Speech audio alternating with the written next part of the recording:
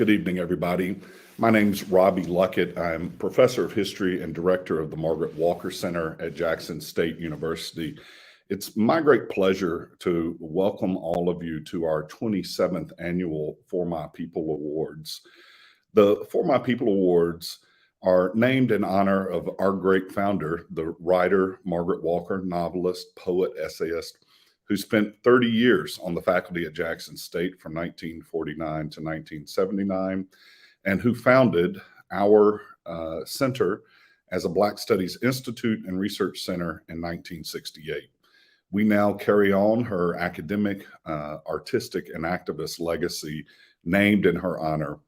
The For My People Awards are a tribute in part to her great poem and book of poetry, For My People, which in 1942 won the Yale Younger Poets Award, one of the first national literary prizes to go to an African American from an organization that was not a historically Black organization like the NAACP. The For My People Awards themselves honor people and or organizations for their contributions to African American history and culture. The past recipients over the last 27 years have included a remarkable array of people who've contributed broadly to African American history and culture, including Dr. Margaret Walker Alexander, including the likes of Mr. Lerone Bennett and Unita Blackwell, including Rena Evers Everett, Constance Slaughter Harvey, John W. Franklin, Hank Thomas, Dr. L.C. Dorsey, the grandmother of one of our recipients of a For My People Award here today. The three recipients of today's For My People Awards continue in that really incredible tradition, and we're so excited to have them here in conversation with Dr. Ebony Lumumba, our chair of the Department of English and Modern Foreign Languages at Jackson State, as well as Dr. Doris Derby.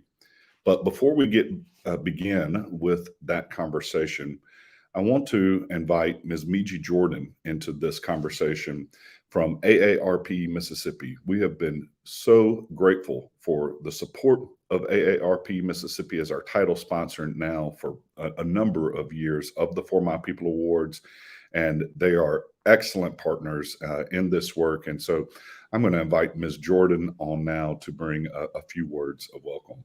Ms. Jordan. Good evening. It is my pleasure to be with you all tonight. And as he stated, my name is Miji Jordan. I am AARP Mississippi Community Outreach Director, and I'm bringing you greetings from our state office.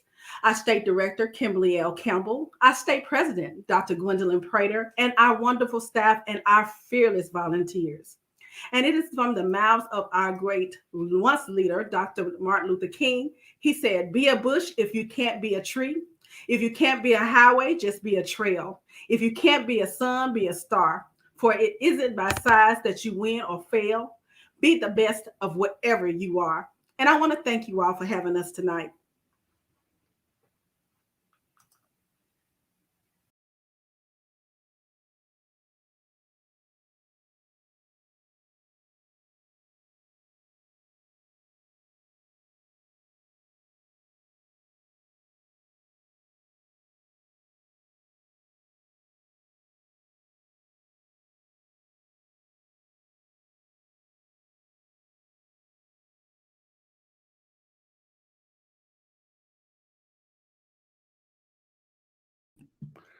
I see that I was still muted. Thank you for the note there. I was just going to go on. So I'm going to just thank again AARP Mississippi for being great partners and supporters of the For My People Awards. And we are so excited to have their support every year.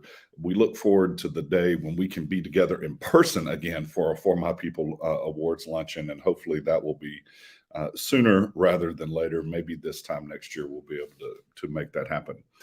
I'm going to go ahead and introduce Dr. Doris Derby and Dr. Ebony Lumumba, our moderator. The For My People Awards have traditionally, as I said earlier, honored people and or institutions who've made great contributions to African American history and culture. Last year, thanks to the generosity of Dr. Doris Derby, we've expanded the For My People Awards to include the For My People Doris Derby Legacy Award. And the Doris Derby Legacy Award includes people who have been descendants of activists who worked in the various social justice movements of the 1950s and 60s. Recipients are recognized for their dedication to continuing in the tradition of activism broadly defined and honoring their families' legacies. Dr. Derby made a lifelong commitment herself to defending human rights, and she trained new generations under her own tutelage as an activist, scholar, artist, and educator. In honoring the legacy of activism of her own grandparents and parents, Dr. Derby created this award in hopes that it will inspire future generations to do the same. Dr. Derby is an administrator, professor, documentary photographer, speaker, and author who earned her Bachelor of Arts from Hunter College in New York and Doctor of Philosophy from the University of Illinois. She was one of the organizers of the March on Washington in 1963. After teaching elementary school in Yonkers, New York, Dr. Derby joined the civil rights movement in Mississippi to work with grassroots organizers in Black communities and take steps to impact societal change. A 10-year civil rights movement veteran in Mississippi, coming here in 1962. Her work has been recognized in several publications, documentaries, and online publications. She's a contributor to Hands on the Freedom Plow, a book that contains 50 SNCC women's contributions to the civil rights movement. She has a book of her own entitled Poetography, Artistic Reflections of a Mississippi Lifeline in Words and Images, 1963 to 1972. It contains a combination of the poetry and documentary photographs she created while working in Mississippi. And her newest book, Patchwork, PPP, Paintings, Poetry, and Prose, Art and Activism in the Civil Rights Movement, 1960 to 1972, appeared in early 2021. From 1990 until her retirement in 2012, Dr. Derby was Georgia State University's founding director of African American Student Services and Programs, and she was an adjunct associate professor in the anthropology department. In 2011, Dr. Derby was honored with the Georgia Humanities Award by the governor of Georgia for her work and photographs depicting the life of struggling Americans who defied the post-emancipation status quo brought about by political, economic, social, and cultural domination and exploitation. Her images have been shown in numerous museums, galleries, universities, including the Mississippi Civil Rights Museum, the Granite Art Museum in Illinois, the National Museum of African American History and Culture in Washington, D.C., the Rose Library of Emory Universities in Atlanta, the Art Gallery of Jackson State University, the Turner Contemporary Art Museum in England, the Photography's Gallery and the website of Apollo Magazine, also in London. All of this speaks to the incredible legacy and work of Dr. Derby. She resides today in Atlanta with her husband and retired Army veteran, Mr. Bob Banks. Dr. Derby, welcome to our program. I'm going to now introduce Dr. Lumumba. Dr. Ebony Lumumba is currently an associate professor of English at Jackson State University, where she chairs the Department of English, Foreign Languages, and Speech Communication, and teaches courses in global and American literatures. She received her PhD in English literature from the University of Mississippi, a Master of Arts in English from Georgia State University, and graduated magna cum laude from Spelman College with a Bachelor of Arts in English. Dr. Lumumba specializes in post-colonial literatures of the Global South and Black mothering as resistance in her research, academic publications, and instruction. She was named the 2013 Eudora Welty Research Fellow by the Mississippi Department of Archives and History and the Eudora Welty Foundation, and was honored as Tougaloo College's Humanities Teacher of the Year in 2014. She is an active scholar with publications that include a chapter in From Uncle Tom's Cabin to the Help, Critical Perspectives on White Authored Texts of Black Life, an article in the Eudora Welty Review, Cult in the Act of Living, Welty as a Voyeur and Witness of Black Life, a chapter titled The Matter of Black Lives in American Literature, Eudora Welty's Nonfiction and Photography in Teaching the Works of Eudora Welty, the 21st Century Approaches, and a chapter in the collection New Essays on Welty, Class, and Race, titled Demonstration of Life, signifying for social justice in Eudora Welty's The Demonstrators. Her academic accomplishments are incredible. She's an active, avid supporter of education and arts. Her zeal for both is evinced in her participation in various community projects. She serves as a board member for the Foundation for Mississippi History, the Mississippi Humanities Council, the International Ballet Competition, New Stage Theater, and the Mississippi Book Festival, and participates on the national advisory boards of the Eudora Welty Foundation and the Mississippi Museum of Art. She's the founder of Mothers Obtaining Justice and Opportunities, a nonprofit organization that supports mothers pursuing undergraduate and graduate degrees, and the owner and principal artist of Oral Release Designs, a line of stationery and original art that lifts the likenesses of Black women and girls. In her spare time, she also hosts episodes of Right On Mississippi, a literary podcast sponsored by the Mississippi Book Festival. And in case you did not know, she is also married to her kindergarten classmate, Chokwe Antar Lumumba, the Honorable Mayor of Jackson, Mississippi, and they are the parents of two beautiful daughters. Dr. Lumumba, our First Lady of the City of Jackson and Chair of our English Department, welcome tonight. Thank you, Dr. Derby and Dr. Lumumba, both for being here, and I'm going to turn it over to you guys. Thank you. Thank you, Dr. Luckett. Dr. Derby, it is always a pleasure to be in the room with you, albeit virtually. I still feel your tremendous spirit and love, and you look beautiful. How are you? Thank you. I'm doing okay. Very good. Thank you.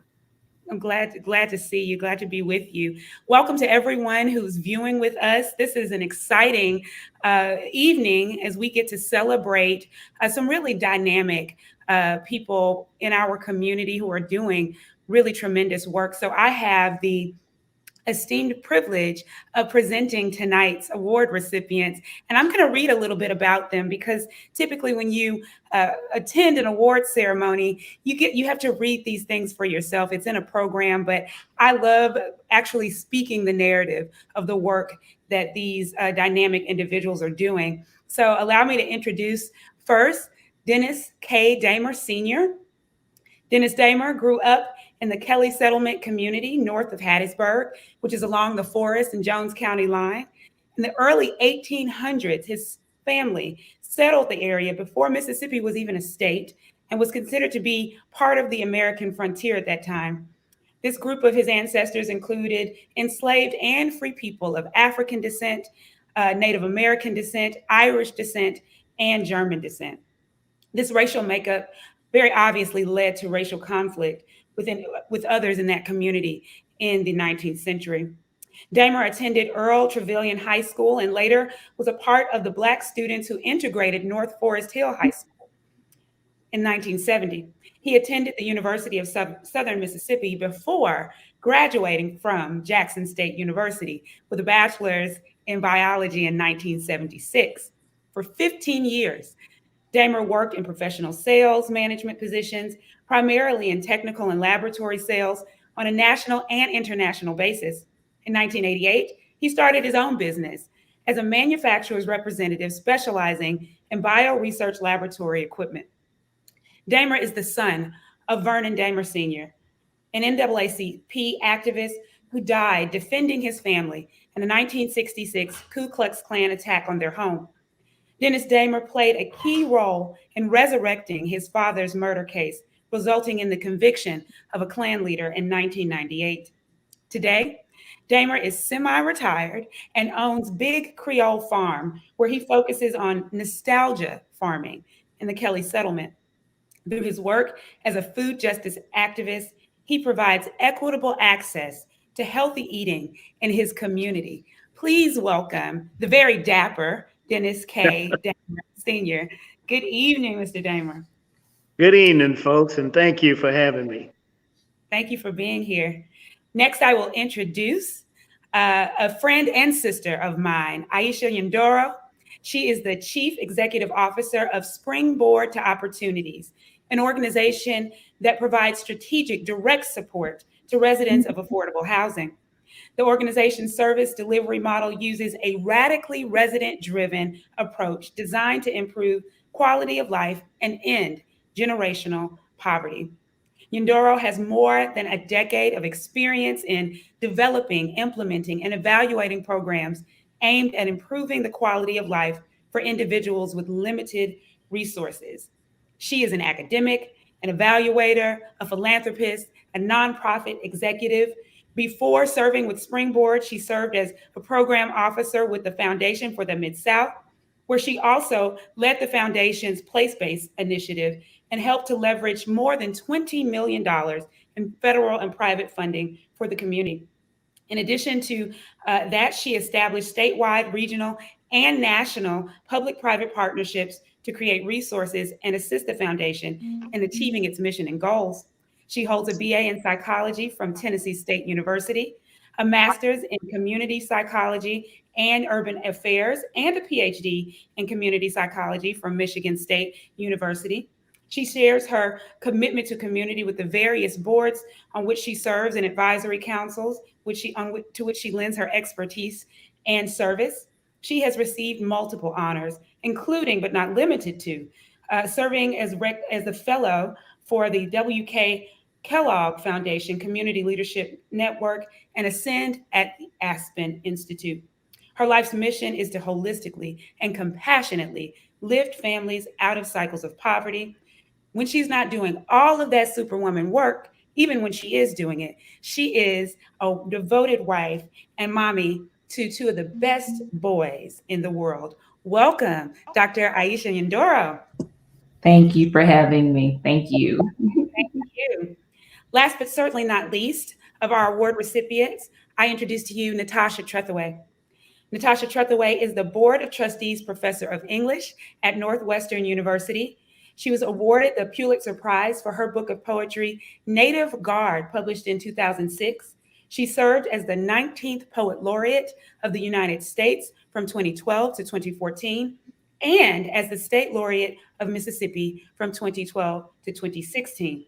She is the author of 5 collections of poetry, including her memoir, Memorial Drive, and a book of poetry titled Monument, which was longlisted for the 2018 National Book Award.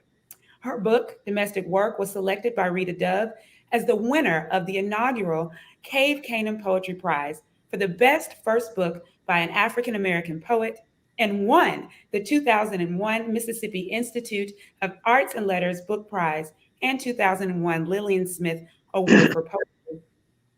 On Martin Luther King Day in 2021, Trethewey introduced a special collaborative remix of the seminal poem, For My People, written by Margaret Walker, a Northwestern alum, in 1937.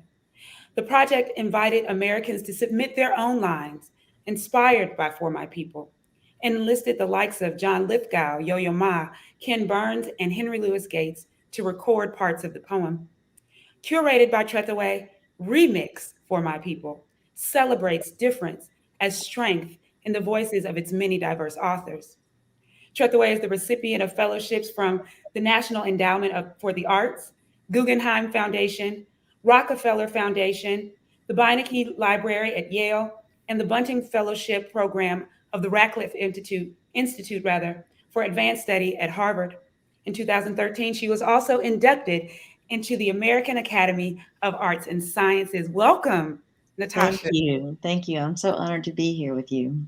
It is an honor to be in the room. I hope everyone who's viewing with us feels this tremendous energy. And it's rare that at an award ceremony, you actually get to hear more from the recipients than that acceptance speech that's rushed and sometimes, quieted by the exit music at the end. But we get to hear from you all today and have a bit of a discussion. So before we talk to our recipients who are so obviously deserving of this honor, I want to talk with Dr. Derby for just a moment. And if you could discuss with our viewing audience what your impetus or inspiration was for developing the Legacy Award in this For My People award ceremony. I'd be happy to discuss it. I was inspired by the tremendous input to civil rights my grandparents provided, and my father. My grandmother, my grandparents, my maternal grandparents lived in Bangor, Maine, and there were just a handful of Black families, about 20 in the late 1800s and early 1900s. And my grandmother, Edith Mae Delaney Johnson, who came from Haiti with her siblings and settled in Bangor, Maine, when she was a teenager, early teens. She married there a successful businessman, and she became a founding member of the NAACP in 1920. Wow. And along with her oldest son, and he was a founding vice president. She had 11 children. She was a member of the Mothers Club, part of the national group of women that formed clubs to benefit the Black community. She formed a band, a musical band, and all her children learned musical instruments. So that was a tremendous thing. And there's a book called Black Bangor, and in that book there was a picture of a Klan group in a neighboring town. So it wasn't as if they were away from racism. My father fought discrimination as a student at the University of Pennsylvania. Was a graduate working in the civil engineering department, and he was an athlete, and he went to an award ceremony to claim his awards, and they told him he had to use the servants' elevator. Well, he walked away. So that was in the 1930s. And he faced civil discrimination and fought it. And he co-founded a civil rights organization after he moved to New York and founded it in the civil service. So that's the background I come from. And one of my aunts was she was in the initial secretarial pool that was integrated in the government, in the U.S. government in Washington after the 1940s, World War II. So it became, I grew up with that, and I was a member of the NAACP when I was 16. So I have to continue that. That's in my blood. When I left Mississippi, it didn't stop. I continued. So I see that these awards, I want to see the young people continue the legacy of their parents. And so that's why I established this award. And so there are so many men and women and young people in Mississippi, local people, who did so much to make the civil rights movement successful in ways, the ways that it did. So I think that it's important to recognize people. You know, we have heroes that have their names have been continuous, and we don't have the names of many of the people who are, say, in the Delta or in small towns and rural areas. And we need to let it be known that they did so much, like Vernon Damon's father. He did so much. And Elsie Dorsey, she did so much. I worked with her in Mount Bayou, was setting up co-ops, handcraft cooperatives. She helped set up the North Bolivar Farmers Co-op and other things. And she worked along with Fannie Lou Hamer. So we just have to keep a lot of people that worked in the movement in the forefront, because we're going to have to keep doing this. It's not going to stop. We have more struggles. And so I applaud our guests, awardees, and I hope that their children, they let their children know that they have to continue what is being done. Dr. Darby, thank you. I truly appreciate that you just delved into giving us a bit of your history. I think that is so relevant to this award, and then the addition of the legacy component of this award. It jives with the spirit of Margaret Walker's For My People, this poem that so eloquently and brightly celebrates where we've been, but also how where we've been informs where we're going, sort of this Sankofa moment in this poem. So I want to talk to our award recipients, because what I think is remarkable, I have to laud the Margaret Walker Center and the team that put this together for picking recipients who very obviously embrace your heritage, and that informs the work that you produce. So you all have all received a number of awards, a number of acknowledgments across your careers and the work that you do.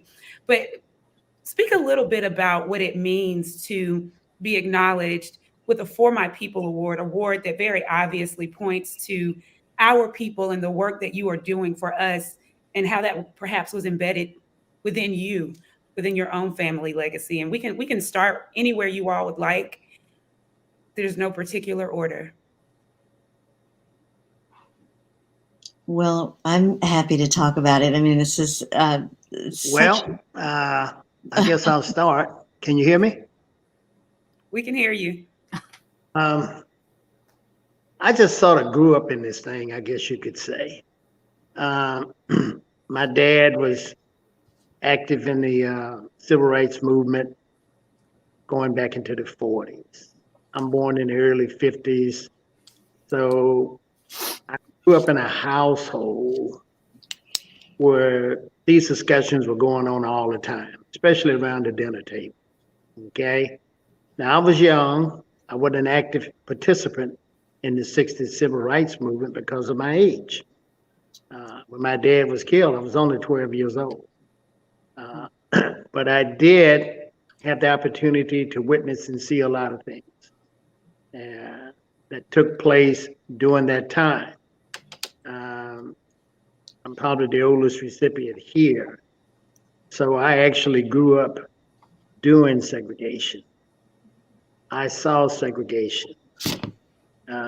So I know firsthand what it was all about. Basically taking one's dignity away from them and the humiliation of it.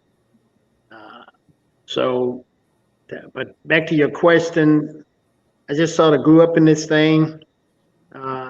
What I do today in terms of trying to motivate other people to get involved, I do it through primarily electronic media, Facebook primarily, some public speaking engagements, and then I engage with people like the Mississippi Rising Coalition in their food desert program.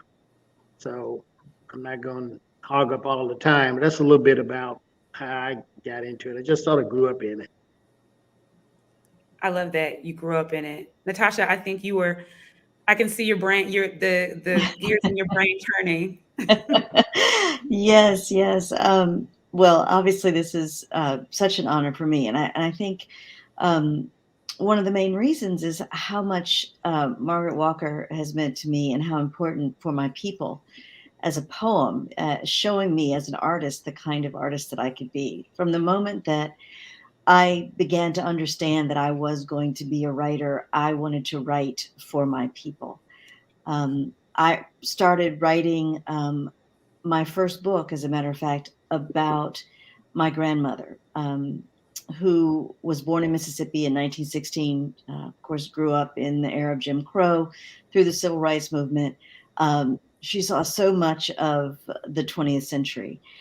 And I used to listen to her stories. And what I noticed was that this community that she was from, at North Gulfport, Mississippi, which had been a community that former slaves lived in after the Civil War, that there was a way of life, a way of interacting that was so meaningful in terms of my development as a child, what I learned from all the elders, not just my immediate family, but the whole family of this community. And one by one, they were going away. We were losing them. And so the first thing I wanted to do was to capture some of those stories and to tell the stories of a time and place that was disappearing, and to maintain that culture through literature, through art. The poem For My People showed me how to do that, how to both acknowledge the very particular things about our community that, in so doing, get at what is universal about our struggle, about our resilience. I'm taking notes as if, we're having class now, right? Professor Trethewey has taken the stage and we're having class. And I appreciate the way that your response even built upon Mr. Damer, this notion of, he said, I grew up in this thing. And then you responded, I wanted to write for my people. Mm-hmm. And in essence, you all are producing a piece with these responses that, again, celebrates the essence of that poem. Aisha. Yeah, no, thank you. And just thank you to Dr. Derby and Dr. Luckett and to you, Dr. Lumumba, for moderating this conversation. And, it's just interesting listening to both Natasha as well as Mr. Damer, because so much of what both of them have said, but particularly Mr. Damer's, really is my narrative. And I think that shows that movement building transcends generations, because he grew up in the 50s. I was born in the late 70s. But so much of what it is that I know about organizing and being a service, I learned by sitting around my grandmother's table and listening to her and her friends talk about the work. And that's where I learned that you are blessed to be a blessing, and that, you are not a respecter of persons. And so much of what it is that I do and how I've been so blessed and humbled to model my life is with that reality that I am held by the prayers of ancestors, and that the struggles of my people were not in vain. And, I have a beautiful, beautiful life that I've been blessed to have, but I know that my beautiful life is not just for me and my family ourselves. It is really, how do you take that life and how do you live a life of service? And what does that look like? How do you show up for individuals? How do you show up for your family? How do you show up for your community? And how do you always center them into the equation of change? And I learned that not from textbooks, not from academia or any of the education I've been so blessed to have. I learned that just by listening and sitting at the feet of my elders. I consider myself a granddaughter of the Civil Rights Movement, a daughter of the South, and it is beautiful to do the work, and it's beautiful to be honored for the work. But I, take the honors and the accolades as sort of like the cherry on top of the sundae. Doing the work in and of itself for me is the sundae. I am so blessed that Dr. Dorsey was my grandmother. I am very clear that I would not be who I am if that woman had not modeled for me what love looks like. And modeled for me what effortless love looks like. I did not even realize how amazing my grandmother was until I was in college, because she just was. I remember coming home with a friend of mine from college, and we just went to her house. It's like, oh, I got to go to my grandmother's house to pick up something. And my friend did not want to leave. They were like, we are staying here the entire day because I can listen to your grandmother all day. And I was like, oh, I guess this is just grandmother being grandmother. And so I don't take that lightly, because now as I'm older and doing the work, I realized that those were all lessons. Those were history lessons. And I pull from those every day. Whenever I'm tired, I know that I can pull from her legacy. And I just feel truly honored, like I said, to be recognized for the work, to be able to do the work, because I know that in doing the work, even though she is gone, my grandmother has been gone almost 10 years now, but I know in doing the work that each day I get to write her a sacred love letter. And in doing the work, I know that each day I get to continue our family's legacy, which is a legacy of service, which is a legacy of loving the South, which is a legacy of loving Mississippi without restraints. I go hard for this state. I am radically in love with all that is possible for this community. So thank you so much. Listen, the comments are swelling with love for Dr. Elsie Dorsey, love for Mr. Vernon Damer, love for all of our award recipients tonight. And I want to thank you all personally for starting this ceremony off right by welcoming these narratives of our ancestors into the room. You have acknowledged their legacies. And so now it's appropriate, right, for us to move forward and talk about your personal work, because we've acknowledged our elders, our ancestors, which ceremonially is what we do as a community and as a people. One of the themes that I'm noticing in your responses is this theme of narrative crafting and this reclamation of the stories and the documentation of who our communities have always been, but there have been spaces and gaps in formal history. And so with this concept, this idea of narrative crafting, talk to us a little bit about, each of you, please share with us how the current work that you're doing. So Natasha, your teaching and your writing, and Aisha, your community advocacy, Mr. Damer, your gardening and food activism, how that work is contributing and crafting a necessary critical narrative about our people. Yeah, I can go first if that's so. Okay, thank you. Okay. Yeah, thank you. I'll jump in there first. So I'll do a little bit about, and I love how you said crafting a new narrative, because I say my entire mantra for last year and going into this year is we are changing the narrative by changing the narrator. And so much of what it is that I do with my work is that. So I lead Springboard to Opportunities, which is a resident service organization based here in Mississippi. We provide programs and services for families that live in federally subsidized affordable housing. So we are talking about individuals living 200% below the poverty index. And we center their needs into the equation of change and what it is that we provide. And we do that because in so many instances, we know that the narrative for individuals who live in poverty is that they don't deserve, that they are lacking, that they have done something wrong, that their situation is a fault of any ill wills or any faults of their own. And that's not true. The reality is that we have individuals living in poverty in this country because we have failed systematically to put policies in place that recognize the humanity and dignity that all of us have. And we can call that sexism, racism, classism, all the isms, but that's the reality. And in having this reality and this narrative about poverty, we make it a moral failing rather than a societal policy failing.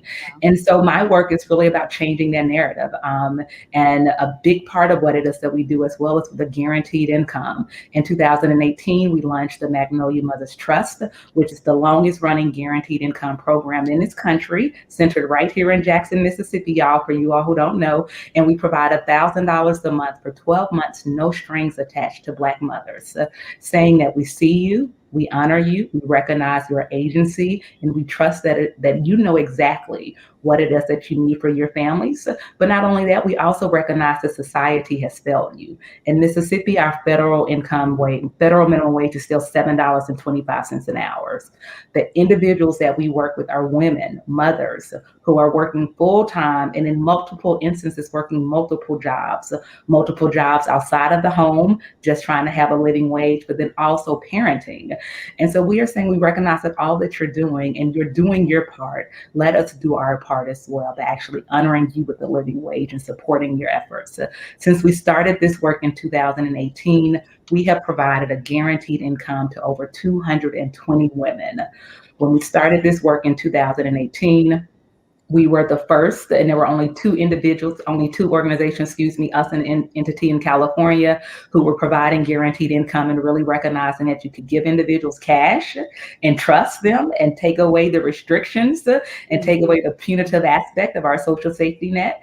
And now there are over 80 guaranteed income projects in this country. And a lot of them cite our work that we've started right here in Mississippi as a model and a blueprint for how you go about centering the needs of families and changing the narrative on poverty, and how we really begin to divorce ourselves from the narrative of deservedness as it relates to income stability, and how we really go about doing the work necessary to reform our social safety net. So when I think about narrative, that's what I think about. How do we go about really changing the narrative on how we view poverty? How do we go about changing the narrative on how we view Black women in this country? And how do we really honor their dignity and their inherent worth?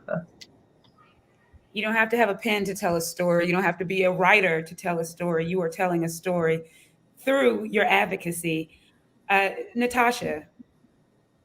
I'm really so happy to hear Aisha talk about that and to talk about changing the narrative, because that's something that always informs my work.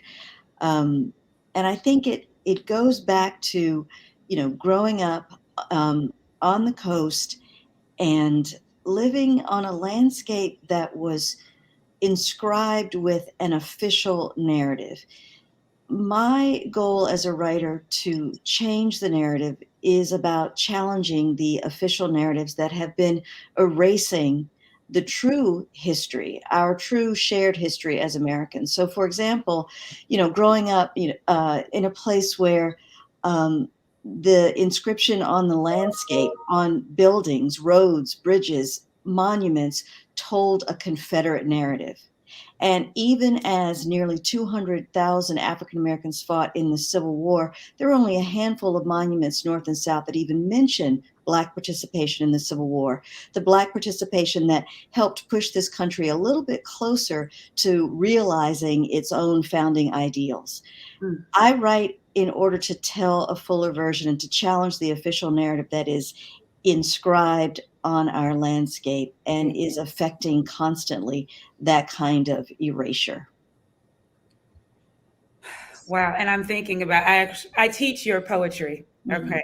And when I say teach, I present it to my students and they do brilliant work around it. And I'm thinking specifically about poems that do just exactly what you've described. Mr. Dimer, this work with food, this work with what you describe in your bio as nostalgia farming. Share with us how you are crafting a narrative that is doing what Natasha has shared, challenging that official narrative that endeavors to erase us. How is nostalgia farming telling our story?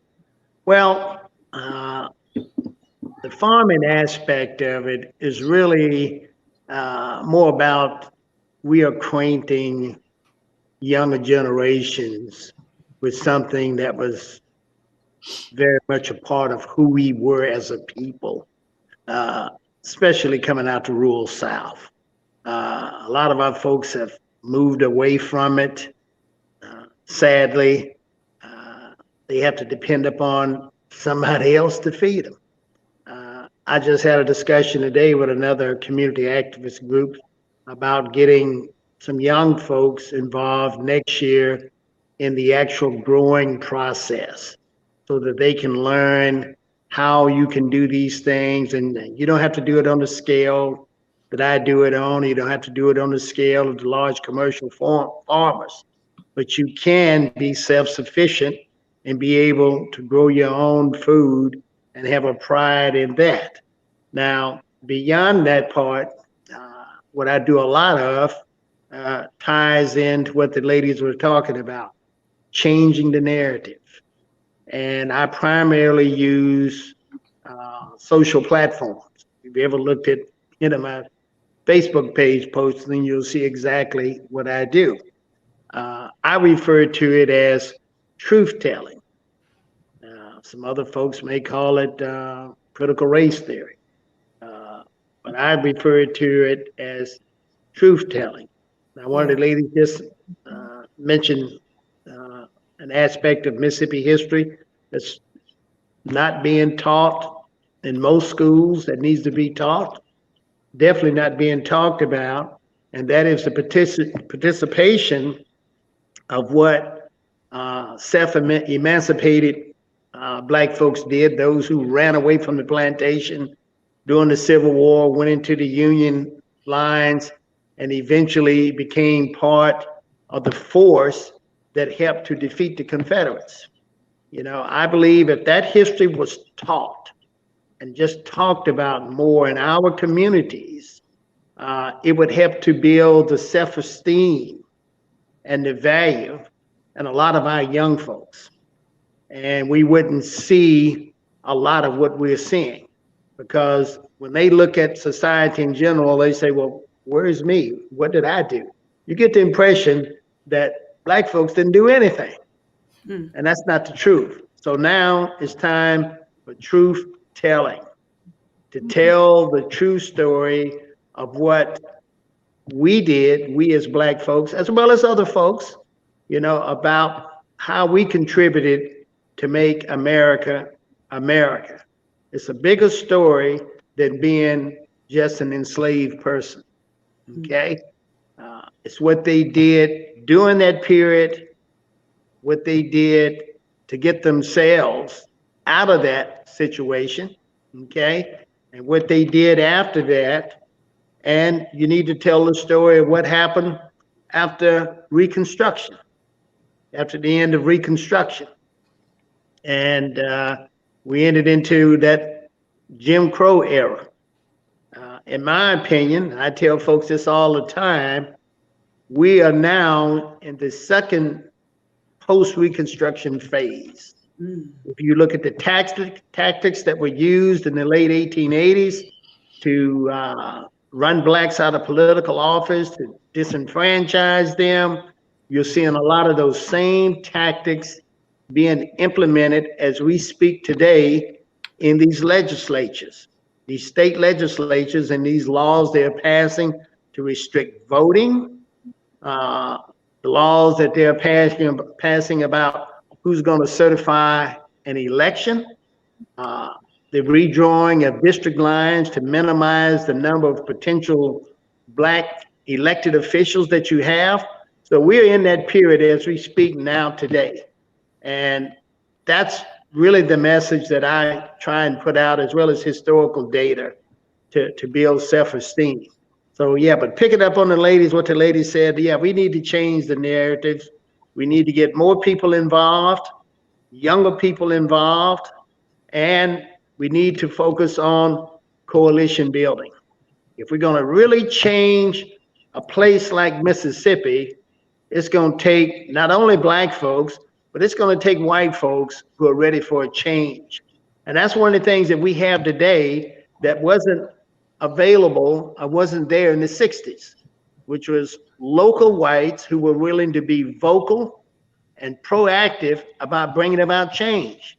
So I believe we can definitely change the narrative and the political landscape of Mississippi through coalition building and raising the consciousness of folks who don't want to get involved for whatever reason.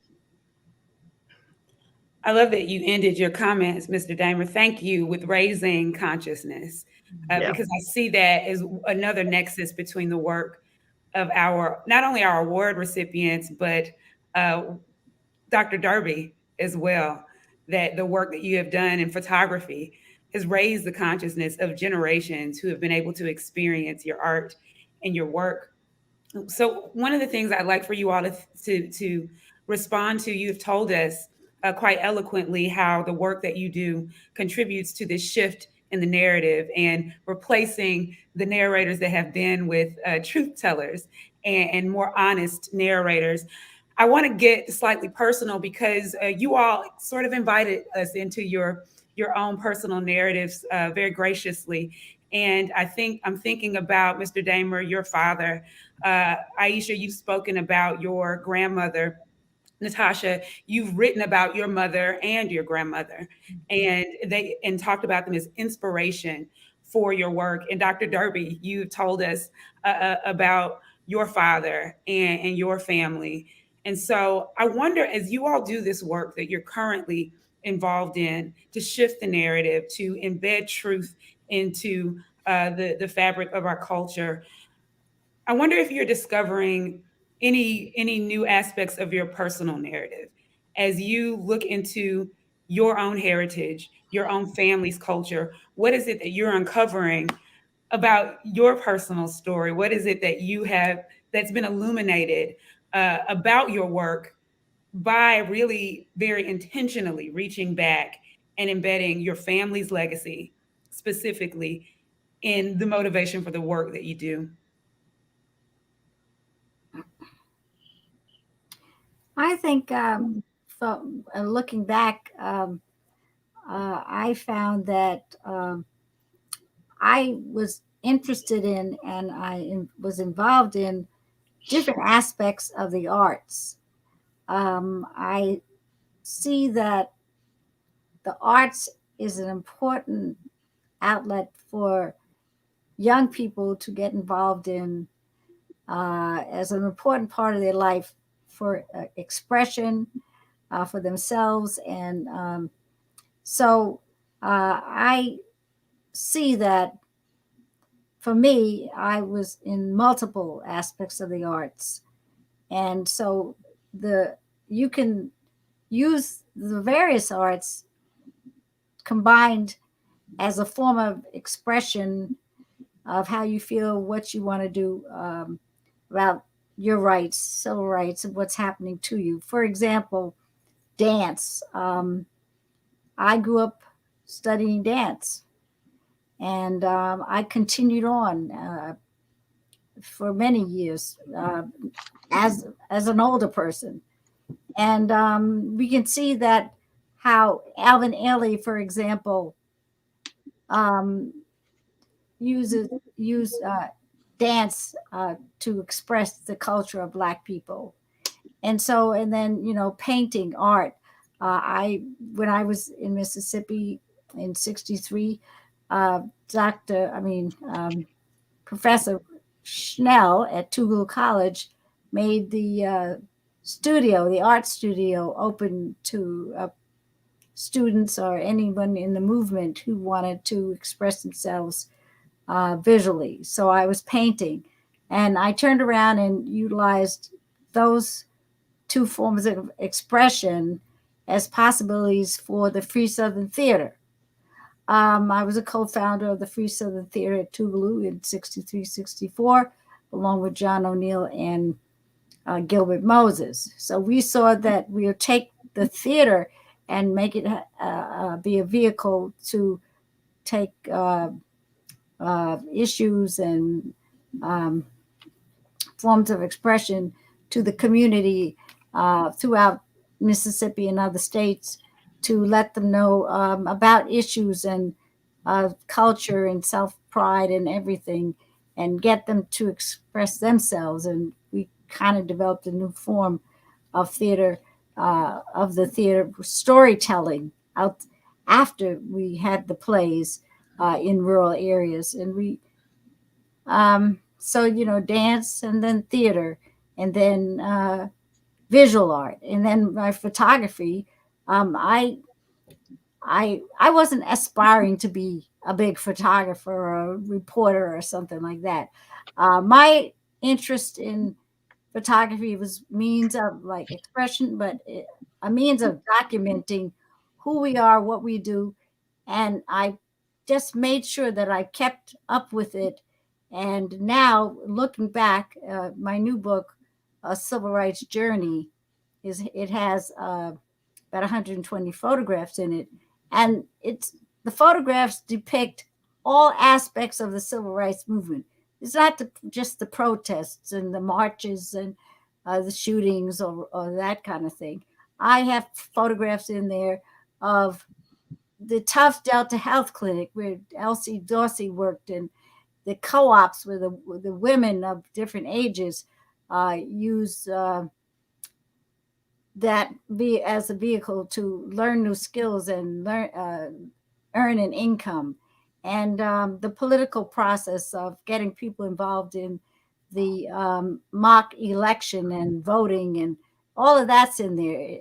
The children demonstrating for voting rights on for the YMCA, that they didn't have a pool with the black YMCA, but the white YMCA downtown had the pool.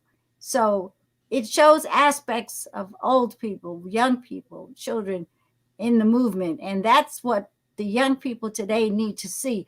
We worked on all fronts to move the movement along. And I see that you have a form of expression, artistic expression, along with social justice initiatives. And that's really important. So that's what I learned about myself. All of them are on equal footing. Poetry, my book, second book was poetry and prose and songs, civil rights, freedom songs, and the paintings. So people need to have a form of self-expression. You know, when I went to Mississippi in first year, 63 to 64, everything was happening. And so poetry and painting was a way in which I could have some private time. And it's also documenting what was happening to me, what was happening around me. And then nobody could say that, you know, that didn't happen. So it was truth telling through the arts. Mhm. So that's what I support, the theater and the dance and music, etc. That's really that's a lifelong uh, pursuit of mine. So yeah. You're documenting it for us for future generations. There are all sorts of links being dropped in the chat of people sharing the narrative of the work that you've done, Dr. Derby.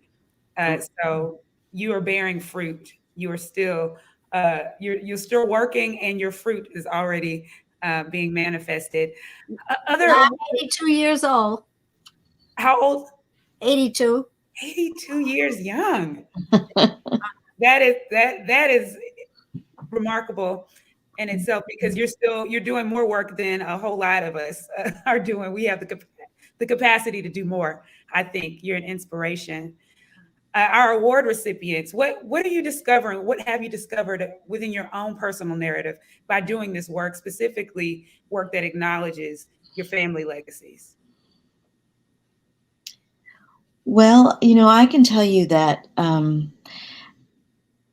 have known, I think, for a long time that I write from two existential wounds, and the first one, I think, is sort of the wound inflicted by history, by the violence of white supremacy, and the different ways it's manifest. And right now, part of that manifestation, to go back to my earlier remarks, is in historical erasure, in trying to control a narrative that diminishes African Americans, our role in this country. That was the first wound. And it was a thing that I was trying to push back at from the very beginning by telling a fuller version of our story, starting with family story, and then expanding that out to the story about Black soldiers. Mm-hmm. My second wound was losing my mother tragically when I was 19. What I didn't understand was that both of those wounds were joined by the act of thinking about what is remembered, what is memorialized, what is forgotten, and what is erased. And it took me a long time to see that they were connected. And the moment of realization for me in trying to write about my mother was realizing that her death was in the shadow of Stone Mountain, the nation's largest monument to the Confederacy. Looming above her, I describe it as the head of the submerged giant rising out of the ground with the nostalgic dream of white supremacy emblazoned on its brow. And so there that big thing is, and my mother's small death at the base of it. I wanted to invert and to show the importance, how much larger and more significant her loss and the need to remember her is than what that monument was doing in its erasure of a fuller version of our real history. Thank you, Natasha, for sharing that. Thank you for your candor. And I have a visceral reaction to what you shared, because I think so many of us, Black people specifically in this country, it resonates with us how we are forgotten and erased and overlooked and made small in the face of these big untruths and these big celebrations for really despotic histories and activities and figures and characters. Mr. Damer, I'm curious as to what you've discovered. You've carved out your own personal narrative, so you certainly don't live in the shadow of your family's tragedy, but it's obviously a huge part of the work that you do. What have you discovered about yourself? Is there anything new that carves out a space for Dennis Damer that Well, moves beyond what we know about your family generally? obviously my family history means a lot to me. And what has really, I guess, motivated me more than that is the things that I see happen in this society. Okay. As I said, I grew up in the 50s and the 60s. Okay. So I saw a lot of things. And today, I see a lot of that coming back. You know, when a former president was out holding these rallies and campaigning and doing his thing around America, I just looked at those crowds and they remind me of the type of things that took place in Mississippi and other states back in the 60s. The way he talked, he sounded like he stepped right out of that era. He could have been the governor of Mississippi, okay? And a lot of younger generations probably look at this guy as an oddity, say, wow, where did he come from? So that motivated me to start educating folks by just reposting stuff on Facebook about what went on in the 60s. You know, what were the talking points of these individuals? You're seeing the similarities between that and what you're hearing today. Okay.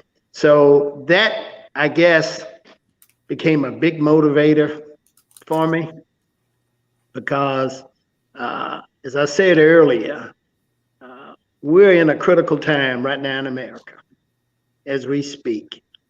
We're on the verge of voting rights being restricted and removed from people who have fought and died to get that right. I'm very concerned about the voting rights bill, the John Lewis bill. Quite frankly, I don't see it passing unless it's gutted. Okay, if they pass it, it's not going to have any substance to it. Those type actions, plus the things that I mentioned earlier, it is time for us to get more proactive. And on this platform here today, I'm really, as they say, I'm preaching to the choir.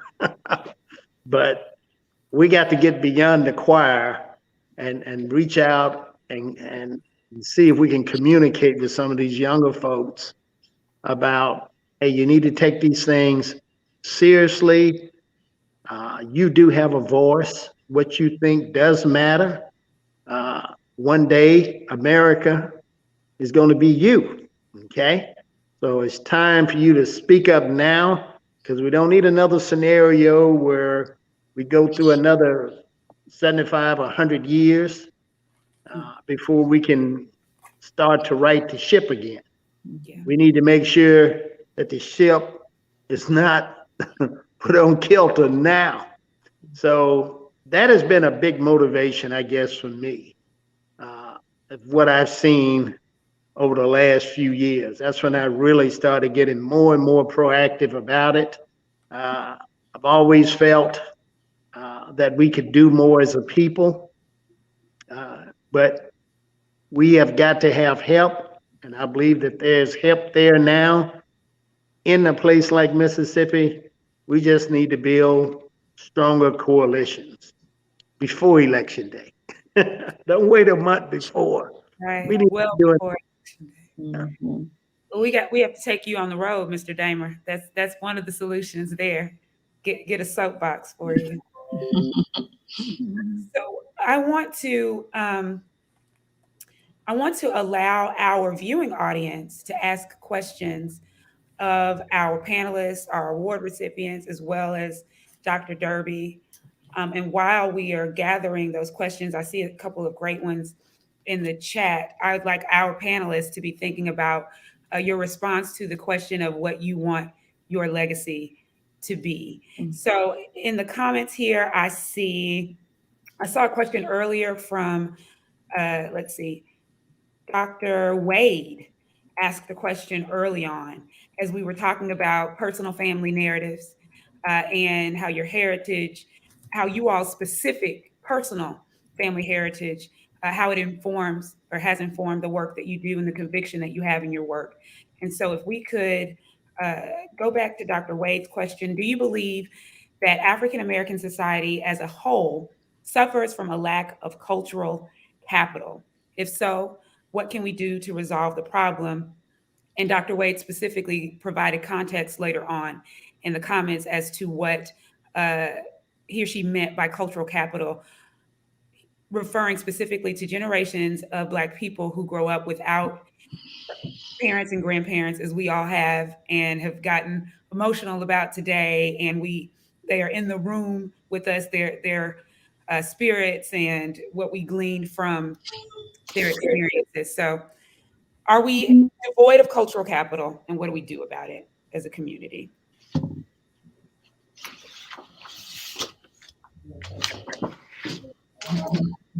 And I wouldn't say we're necessarily void of it. Just not at the forefront of what I would consider to be culture. A lot of what is taking place and being described as quote unquote culture, to me, is not.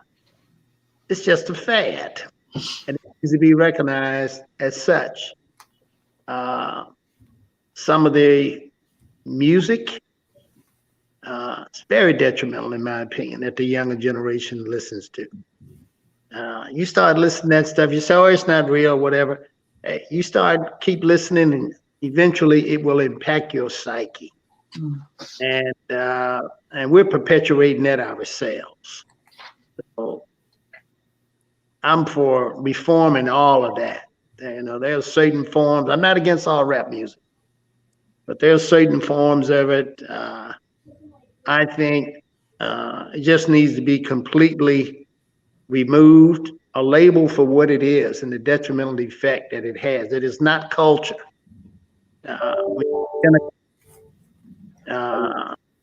Women, when you have no respect for societal norms, customs, and the music you put out there, I'm not in favor of it.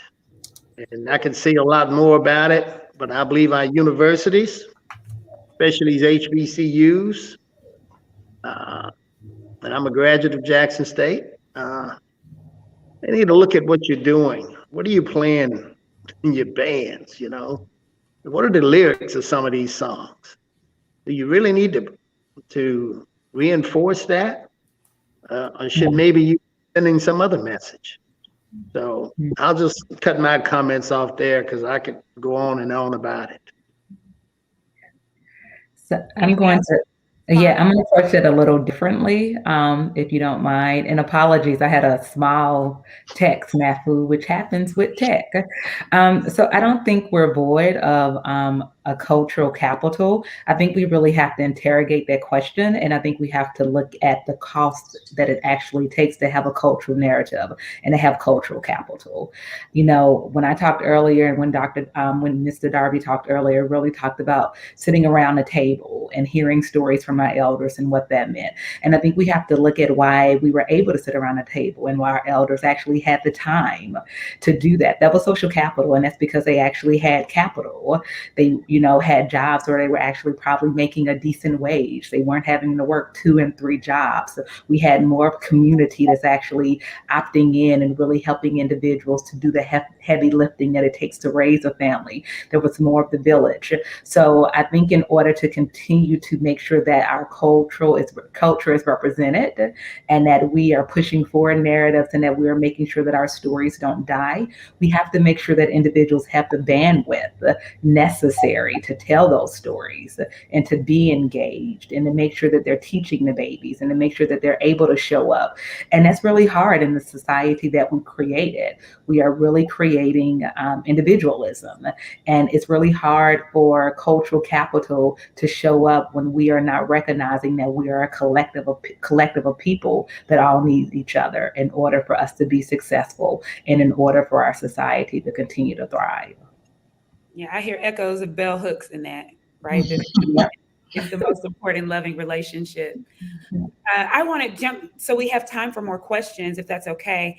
We have a question from Victoria, Washington, about the connection between our generations, right? Our elder generation, our younger generation. Given the intentional decapitation of many of the Black freedom movements in the 1950s and 60s, how do we repair the fragmented connection between the older and younger generations of activism? Well, I think it's important to mentor young people. As the director of African American Student Services at Georgia State for 22 years, that's what I did. And I have connections with them still. I listen to them, I work with them, and I partner with them for different initiatives. And I've adopted them as godchildren so that we keep in contact, and I know them as individuals and the families. And so that this idea of legacy, if they don't have grandparents or godparents or whatever to do something, did something, I invite them to be a part of my legacy, and we just continue on. So I think that that's very important, especially now when young people are spending so much time on the telephone, the cell phone, the telephone, and the digital and all. I was talking to one of my godsons the other day, and he was talking about, he had a new baby born. The baby is 5 or 6 months now. And he was saying the difference with how he spends time with the children of his child. He doesn't ever be around the child with a cell phone in his hand, looking at the phone. Someone else who looks at the phone and maybe has the phone around with, the child gets agitated. He doesn't want another person around them to have look distracted looking at the cell phone, the iPhone. And he sees a difference in the behavior. And so that's something that very early on is developed. So you got to spend time, personal time with the children, young people, talking to them and not being in the presence. Everybody's sitting around looking at their phone. It's tempting, you want to do it, but that means that you don't spend personal time with the person and talking to them and getting them to express certain things. So I think that that's really important. Right now, the society is being in a direction where everybody else is creating things into their head. And so that's why I also said that it's important to encourage young people to be in the arts as a form of expression, and they get personal satisfaction out of that, as well as developing a way that they can deal with the things that are happening in the larger society. So.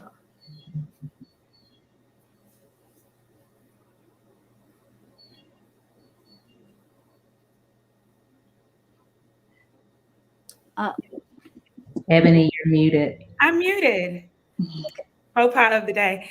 Dr. Derby, I just want to thank you for practicing what you preach. You certainly do reach over and out with open arms. I'm not that young, but it has been my privilege to be contacted by you and have things initiated by you. So you do what you have asked others to do, and I want to thank you for that.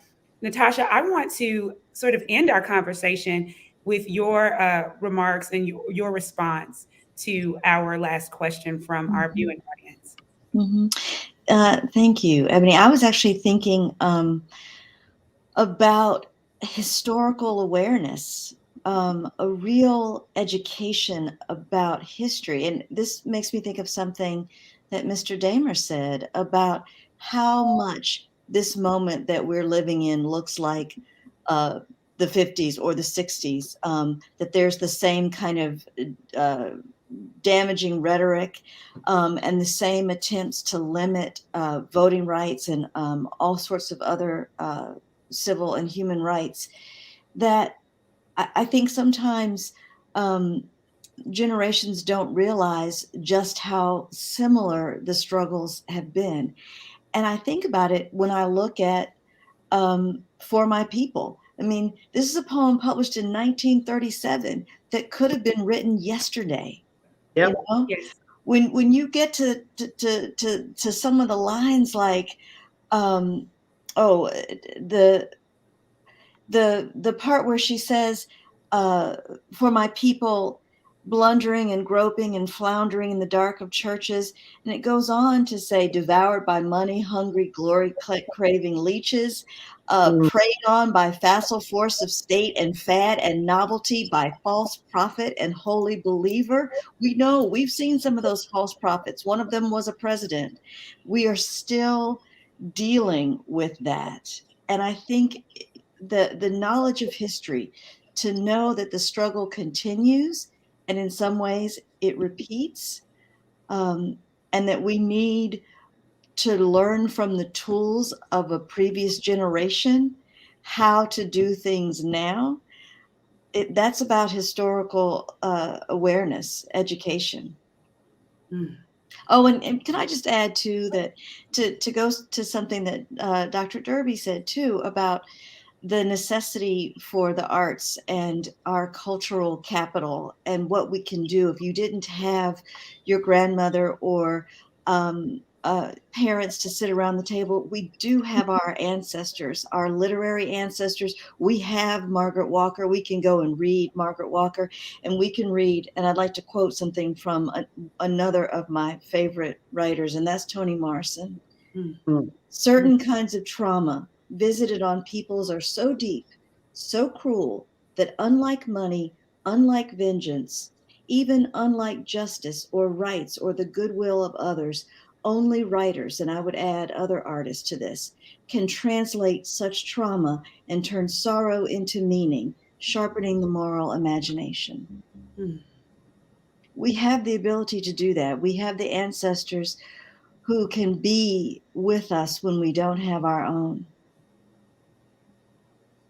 Thank you for that. I feel that this whole conversation has been a charge to us all. It has been, you all have written a narrative here today with sharing so honestly and so eloquently. And you really performed the last stanza of For My People. Let a new earth rise. Let another world be born. Let a bloody peace be written in the sky. Let a second generation full of courage issue forth. Let a people loving freedom come to growth. Let a beauty full of healing and a strength of final clenching be the pulsing in our spirits and our blood. Let the marital songs be written. Let the dirges disappear. Let a race of men now rise and take control. Thank you to each of our award recipients for establishing your own legacies with the work that you're doing, building upon the legacies of our foremothers and forefathers who were meant to be erased by the dominant narrative, but you have resurrected their spirits and their work and their energy. Thank you for your work. And thank you for tonight. I want to yield the floor back to Dr. Luckett. Thank you, Dr. Lumumba. And I want to say thanks to Natasha, Aisha, Mr. Damer. Thank you all so much for the examples that you set and the work that you do. You are the cultural capital. It's evident right here on this screen. Thank you, Dr. Lumumba, for such a wonderful job. And Dr. Derby, love you so much. Thank you for all that you do, all that you've done and contributed. We are forever grateful for you and for your support of our work. And finally, thanks to AARP Mississippi as our title sponsor for tonight. The 54th annual Martin Luther King Jr. birthday convocation will happen tomorrow morning at Jackson State. Due to COVID, it will also be virtual. You will be able to watch it on the Jackson State University Facebook page. It is available at facebook.com/JacksonStateU. Margaret, amongst the many incredible things that she did, in January of 1969, started an MLK birthday celebration at Jackson State, just 2.5 hours away from Memphis, where he was assassinated 9 months after he died. That's also part of our legacy and part of this weekend and part of the work that we're doing. So I hope that if your schedule permits, you'll tune in to our Martin Luther King Jr. Convocation tomorrow morning at 10 a.m. on the Jackson State Facebook page. We will be featuring Jackson State professor Dr. Deidre Wheaton, who's an incredible scholar. Her work around educational equity, particularly at minority serving institutions, should be really inspiring. Thank you all tonight. Thank you to all of our recipients. Again, Dr. Derby, Dr. Lumumba, I'm so grateful for all of you. Hope everyone has a great night. Thank you, everybody. Thank you. Good night.